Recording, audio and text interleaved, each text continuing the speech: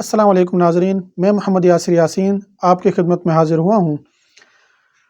پچھلی ویڈیو میں ہم نے بات کی تھی کہ صدقہ دینے کا صحیح طریقہ کیا ہے۔ آج ہم بات کریں گے کہ صدقہ کی فضیلت کیا ہے۔ صدقہ اسلام میں ایک عظیم عمل ہے جس کی بے شمار فضیلتیں ہیں۔ یہ نہ صرف انسان کے گناہوں کا کفارہ بنتا ہے بلکہ یہ دنیا و آخرت میں کامیابی کا ذریعہ بھی بنتا ہے۔ قرآن و حدیث میں صدقہ کی بہت سی فضیلتیں آئی ہیں۔ پہلی جو ہے وہ یہ کہ اللہ کی رضا حاصل ہوتی ہے۔ صدقہ دینے سے انسان اللہ کے قریب ہوتا ہے۔ اللہ تعالیٰ قرآن پاک میں فرماتے ہیں، جس کا مفہوم ہے، جو لوگ اپنے مال اللہ کی راہ میں خرچ کرتے ہیں رات اور دن، پوشیدہ اور ظاہر، ان کا اجر ان کے رب کے پاس ہے اور انہیں نہ کوئی خوف ہوگا اور نہ وہ غمگین ہوں گے۔ اسی طرح سے صدقہ جو ہے وہ گناہوں کا کفارہ بھی بنتا ہے۔ صدقہ گناہوں کو مٹاتا ہے جیسا کہ پانی آگ کو بجھاتا ہے۔ رسول اللہ صلی اللہ علیہ وسلم نے فرمایا، جس کا مفہوم ہے، صدقہ گناہوں کو اس طرح مٹا دیتا ہے جیسے پانی آگ کو بجھا دیتا ہے۔ صدقہ مصیبتوں اور بلاؤں کو دور کرتا ہے۔ حدیث میں آتا ہے، جس کا مفہوم ہے، صدقہ بلا کو دفع کرتا ہے اور عمر میں اضافہ کرتا ہے۔ یعنی کہ جیسے کوئی شخص بیمار ہو تو اسے چاہیے کہ وہ صدقہ دے، یا اس کے لواحقین وارثان جو ہیں وہ اس کی طرف سے صدقہ کریں۔ صدقہ جو ہے وہ قیامت کے دن صدقہ دینے والے کے لیے سایہ کرے گا۔ قیامت کے دن جب کوئی سایہ نہ ہوگا تو صدقہ کرنے والے کو اس کا صدقہ سایہ فراہم کرے گا۔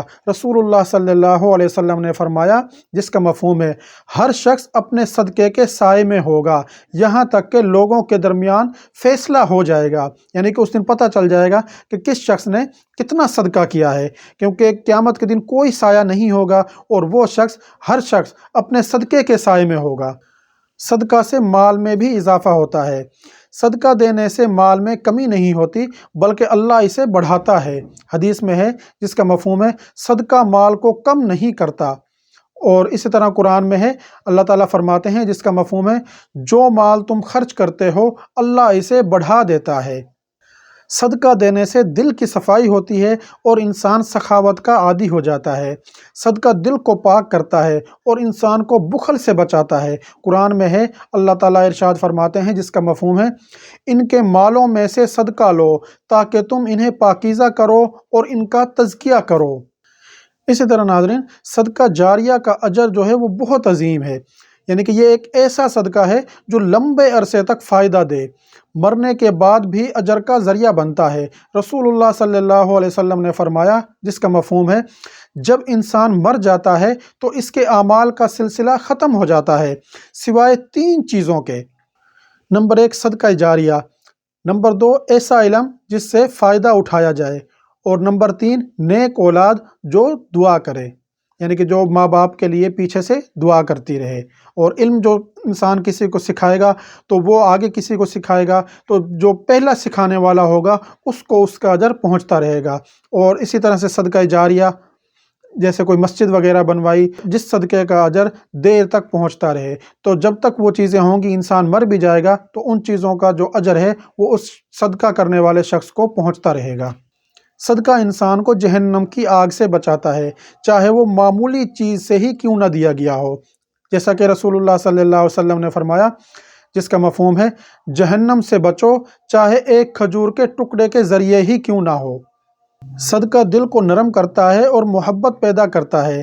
جیسا کہ رسول اللہ صلی اللہ علیہ وسلم نے فرمایا، اگر تم چاہتے ہو کہ تمہارا دل نرم ہو اور تمہاری حاجت پوری ہو تو تم یتیم پر رحم کرو اور اسے کھلاؤ۔ اور ناظرین، صدقہ کرنے والے کے لیے فرشتے دعا کرتے ہیں۔ حدیث میں ہے، جس کا مفہوم ہے، ہر روز 2 فرشتے اترتے ہیں، ایک دعا کرتا ہے، اے اللہ خرچ کرنے والے کو بدلہ دے، اور دوسرا کہتا ہے، اے اللہ روکنے والے کے مال کو ہلاک کر دے۔ تو ناظرین، صدقہ اللہ کی رضا، دنیاوی فائدہ، گناہوں کی معافی اور آخرت میں کامیابی کا ذریعہ ہے۔ ہمیں چاہیے کہ صدقہ کو اپنی زندگی کا حصہ بنائیں اور دل کھول کر اللہ کی راہ میں خرچ کریں۔ ناظرین، اگر آپ صدقہ دینے کا صحیح طریقہ جاننا چاہتے ہیں تو اس ویڈیو پر کلک کریں، یا پھر لنک ڈسکرپشن میں بھی موجود ہے، وہاں سے بھی آپ یہ ویڈیو دیکھ سکتے ہیں۔ تو ناظرین، اگر آپ لوگوں کو میری یہ ویڈیو پسند آئی ہے تو اس کو لائک کر دیں، شیئر کر دیں، میرے چینل کو سبسکرائب کر لیں اور بیل والی بٹن پر کلک کر دیں تاکہ میری ہر آنے والی نئی ویڈیو آپ لوگوں تک پہنچتی رہے۔ شکریہ۔